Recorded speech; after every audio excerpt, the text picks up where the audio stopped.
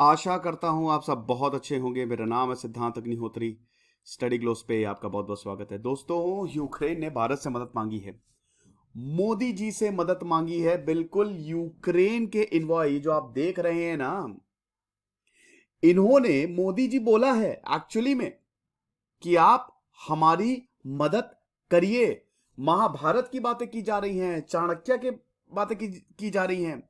ये जो एम्बेसडर है पॉलिखा, इन्होंने क्या बोला है कि हम भारत से सपोर्ट मांगते हैं। ये जो एग्रेशन है अगेंस्ट डेमोक्रेटिक स्टेट, रशिया एक टोटलिटेरियन रिजीम है, अथॉरिटेरियन। भाई व्लादिमीर पुतिन का ही रूल है और हम एक डेमोक्रेटिक कंट्री है। भारत भी एक डेमोक्रेसी है। मोदी जी बोला is one of the most powerful and respected leaders in the world.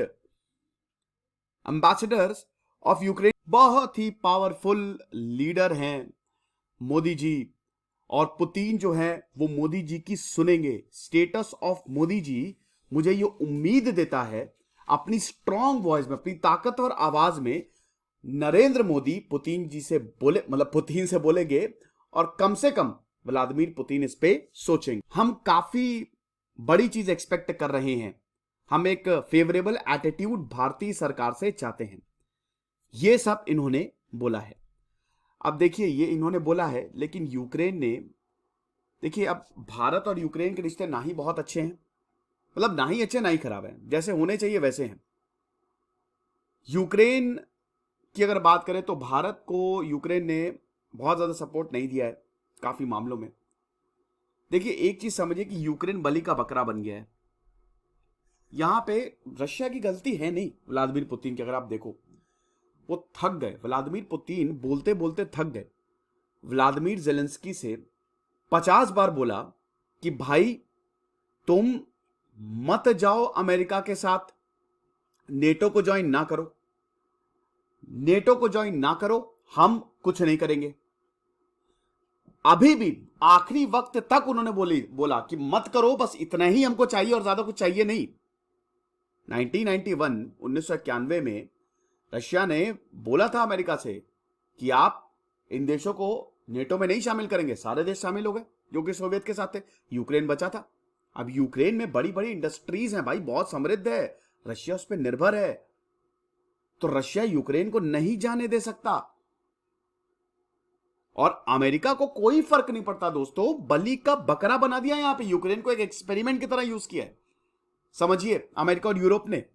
और इनके जो राष्ट्रपति हैं, जो कि कॉमिक एक्टर रह चुके हैं, स्टैंड अप कॉमेडियन, वो ये समझ ही नहीं पाए और अब यूक्रेन के लोग भुगत रहे हैं। वॉर तो हो गया, फुल ऑन वॉर हो गया, तो व्लादिमीर पुतिन की सच गलती नहीं है। और अमेरिका और यूरोप को एक बहुत बड़ी चीज नहीं कर रहा है। लातविया में ठीक है, सेना ना भेज दी है, लेकिन ऐसा नहीं कि अमेरिका ने कुछ बहुत बड़े स्टेटमेंट दे रहा है या कुछ नहीं हो रहा है दोस्तों, और कुछ होगा भी नहीं। सैंक्शंस लगेंगे, मीटिंग्स होंगी, that's it, nothing will be done. ये चीज है। बहुत सारे अटैक्स जो हैं वो कैपिटल के बाहर हुए हैं, कुछ अटैक्स एकदम डीप इनसाइड द टेरिटरी हुए हैं भैया, शहरों को एकदम हिला के रख दिया है। साथ ही साथ यहां पे यूक्रेन ने चाणक्य की भी बात की है, यहां पे बहुत सारी चीजों की बात की है। मतलब भारत को ये बताया है कि आप तो इतनी पुरानी सिविलाइजेशन हो, महाभारत याद करो, और आप तो अधर्म के खिलाफ खड़े होते हो, लेकिन यहां पे देखिए क्या हो रहा है, आप कुछ कह नहीं रहे हो।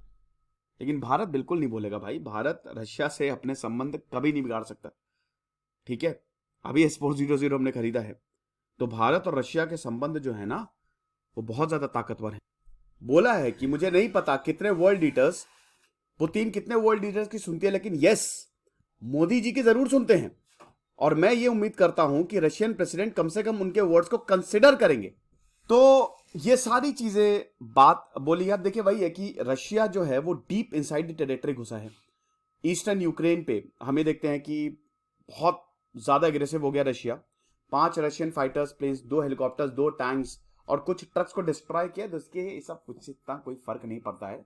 रशिया बहुत ताकतवर है, हो सकता है कल तक कीव पर कब्जा भी हो जाए, लेकिन ये युद्ध चलने वाला है। देखिए ये युद्ध एक ही सूरत में, मतलब युद्ध तभी रुकेगा जब रशिया यूक्रेन पे कब्जा कर लेगा। होगा क्या, देखिए रशिया यूक्रेन को हरा देगा और फिर यूक्रेन में प्रो रशियन गवर्नमेंट, मतलब व्लादिमीर पुतिन बोलेंगे भाई अब चुनाव होंगे, रशिया के यूक्रेन पे कब्जा हुआ और व्लादिमीर पुतिन बोलेंगे चुनाव होंगे, और चुनाव क्या, प्रो रशियन कोई प्रेसिडेंट या जो भी वो वहां पे बैठा देंगे, सिंपल, चुनाव मैदान ली करवा के।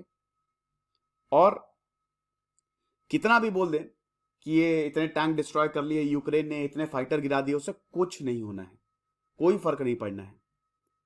आप समझ रहे हो? यहां पे हमको ये बात समझनी होगी कि रशिया आगे बढ़ चुका है, और जब तक यूक्रेन को नहीं वो गिरा देगा, लेकिन क्या है उसको गिराना इतना आसान होगा? नहीं। क्यों? देखिए इसकी दो ही कंडीशन है। पहली बात, हो सकता है घंटों में ये युद्ध खत्म हो जाए, कुछ एक्सपर्ट्स कह रहे हैं कि 48 घंटे 72 घंटे में खत्म हो जाएगा, लेकिन वो तभी हो सकता है जब नेटो और अमेरिका अपना पूरा जो हाथ है वो खींच ले, मतलब बिल्कुल यूक्रेन को अलग थलग छोड़ दे, जो कि छोड़ देंगे वो अल्टीमेटली, क्योंकि बलि का बकरा बनाया, मस्त तरीके से यूज किया है यूक्रेन को। अमेरिका करता रहता है, यूक्रेन, जॉर्जिया। तो वही मैं कई बार शुरू से बोल रहा हूं कि व्लादिमीर पुतिन की सच गलती है नहीं, जब से ये आ रहा है कि भाई वो बार बार बोल रहे थे, वो अभी भी 3 कंडीशन में एक था कि अमेरिका से बोला था कि भाई हथियार मत दो। आप एक बात बताइए, यूक्रेन को यहां पे मिलिट्री हथियार दिए जा रहे हैं, अमेरिका मिलिट्री हथियार दे रहा है, यहां पे न्यूक्लियर दे रहा है कि भाई ये लो तुम जो करना है करो, मिसाइल तैनात कर रहा है, तो पुतिन के शांत बैठेंगे? कर दिया उन्होंने, ये हिसाब किताब है। अच्छा, भारतीयों का क्या हाल है?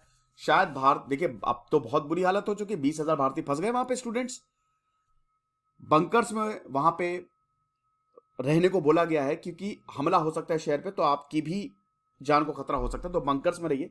हंगरी के रास्ते जहां तक है यूक्रेन को निकाला जाएगा, और डेफिनेटली इंडियन गवर्नमेंट रशिया से लगातार बातचीत कर रही है। अभी अजीत डोवाल की भी मीटिंग चल रही है, तो हम देखेंगे। फिलहाल बड़ी खबर यह है कि ईस्टर्न डॉनबास पे तो पूरी तरीके से रशिया ने मतलब ओवररन कर दिया है, गजब मिलिट्री ऑपरेशन जो है यहां पे लॉन्च किए गए हैं। दूसरी चीज यह है कि यहां पे भारत से हेल्प मांगी गई है, लेकिन दोस्तों जहां तक मेरा ख्याल है और जितने भी एक्सपर्ट्स हैं, भारत कुछ भी नहीं करेगा। भारत अपने सबसे पहले अपने लोगों को निकालेगा वहां से, सुरक्षित निकालेगा, और उसके बाद देखेगा कि क्या होता है। हम हमेशा वेट एंड वॉच की उस पर चलते, स्ट्रैटेजी पे चलते, जो कि बहुत बढ़िया है। इतनी जल्दबाजी में हम फैसला नहीं लेते हैं। अब यह बहुत दुखद है कि लोग मरेंगे।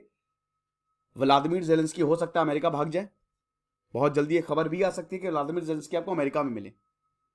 अगर ये चाहते तो ये सब रोक सकते थे, लेकिन इन्होंने पता नहीं कौन सी अकड़ थी, बहुत ही इमेच्योरिटी से इन्होंने डील किया है।